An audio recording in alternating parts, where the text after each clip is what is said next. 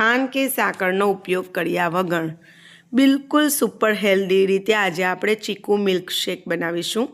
બહુ જ વધારે ટેસ્ટી બને છે અને ઠંડુ ઠંડુ પીવાની ખૂબ મજા પડી જાય છે। તો એના માટે અહીં મેં એક જ્યુસર જાર લીધેલું છે અને 5 મોટી સાઇઝના સોફ્ટ ખજૂરને મેં અડધા કલાક સુધી દૂધમાં પલાળીને રાખેલા। તો ઓછામાં ઓછા અડધા કલાક સુધી તમારે પલાળીને રાખવાના। મેં એના બી કાઢી લીધેલા અને દૂધમાં પલાળતા પહેલાં મેં એને સારી રીતે ધોઈ પણ લીધેલા। હવે એમાં મેં અહીં 1 કિલોમાં થોડાક ઓછા એવા ચીકુ છે।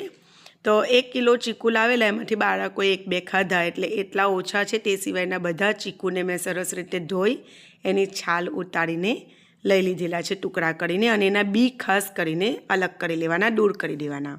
હવે એમાં એકદમ ચીલ દૂધ એડ કર્યું છે। તો દૂધ જ્યારે પણ તમે કોઈ પણ મિલ્કશેક બનાવો તો દૂધને કલાક સુધી ફ્રીઝના ઉપરના ભાગમાં ફ્રીઝરમાં મૂકી દેવાનું અને પછી મિલ્કશેક બનાવવાનું। એકદમ ઘટ અને એકદમ ચીલ એવું તમારું મિલ્કશેક બનશે। તો બરફ નાખ્યા વગર પણ એકદમ ચીલ બનશે। તો જુઓ આ રીતે આપણે એને જો જ્યારે પણ ખજૂરનો ઉપયોગ કરીને આપણે કોઈ પણ મિલ્કશેક બનાવીએ ને તો એને થોડીક વધારે સુધી ચલાવવાનું આપણે મશીનને, બરાબર, જેથી બિલકુલ ખજૂરના પાર્ટ્સ ના રહે। અને મેં એને અડધા કલાક સુધી ગરમ દૂધમાં પલાળેલું એટલે એકદમ સરસ સોફ્ટ ખજૂર થઈ ગયેલું છે। તો બિલકુલ એના પાર્ટિકલ અંદર નહોતા રહ્યા અને બહુ જ સરસ એક રસ થઈ ગયેલું મિલ્કશેકમાં। તો એ રીતે, અને જો તમે સવારે મિલ્કશેક બનાવવાના હોય તો રાતથી તમે પલાળી દો તો પણ ચાલે। તો જુઓ આ રીતે એકદમ ક્રીમી કોઈ પણ પ્રકારના ક્રીમનો ઉપયોગ નથી કર્યો અને મેં કાઉ મિલ્ક એટલે કે ગાયના દૂધનો ઉપયોગ કરીને બનાવ્યું છે। તો ગાયનું દૂધ થોડુંક પ્રમાણમાં પાતળું આવતું હોય છે, છતાં પણ તમે જોઈ શકો છો મિલ્કશેક ખાસો એવો ઠીક બન્યો છે અને ટેસ્ટમાં ખૂબ જ લાજવાબ છે।